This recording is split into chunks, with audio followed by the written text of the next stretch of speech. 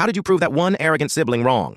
My older sister called me scrawny the way some people say good morning, just automatically without thinking, like it was part of her routine.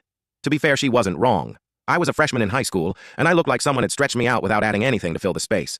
Tall, narrow, the kind of build where shirts just hang off you like you're a wire hanger somebody forgot about. Priya had 4 years on me and never let me forget a single one of them. She'd been playing varsity volleyball since sophomore year, worked out constantly, and carried herself like someone who had already won an argument you hadn't started yet. I didn't mind the teasing at first. It was background noise, older sibling stuff. But then she started doing it in front of people. Her friends would come over and she'd introduce me as her little brother with this specific smile that meant something was coming. He's going through his noodle phase. Big laugh. Move on.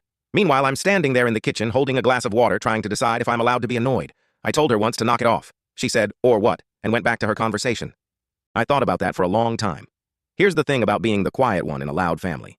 People mistake silence for acceptance. They think because you're not reacting, you're not registering. They keep poking because nothing pokes back and it starts to feel like a free activity.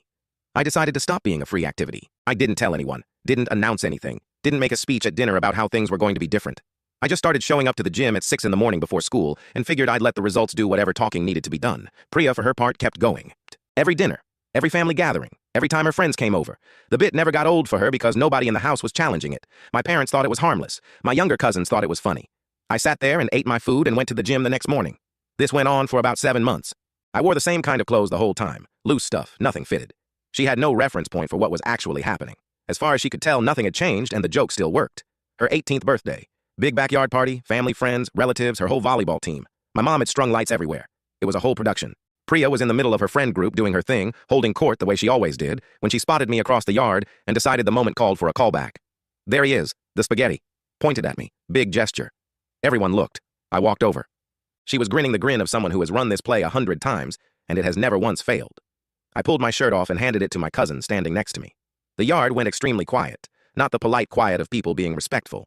The stunned quiet of people recalibrating everything they thought they understood about a situation. 7 months of 6 a.m. Every single morning. Priya's volleyball teammates, a group of people who are professionally aware of what athletic conditioning looks like, stopped their conversations. One of them said something under her breath that I didn't fully catch, but the girl next to her nodded slowly. Priya stared at me. I looked at her and said very calmly, "What were you saying?" She didn't say anything. I put my shirt back on, got a plate of food, and sat down with my grandparents who hadn't fully understood what just happened, but seemed to feel that something significant had occurred. Priya did not do the bit at dinner that night. She hasn't really done it since. She did tell me 2 weeks later quietly, when nobody else was around, that I looked good and she was kind of proud of me. I told her thanks. Then I told her she had a 7-month head start on the apology and she could take her time getting there. She laughed. The real kind, not the audience kind. That was the first time in a while I actually laughed back.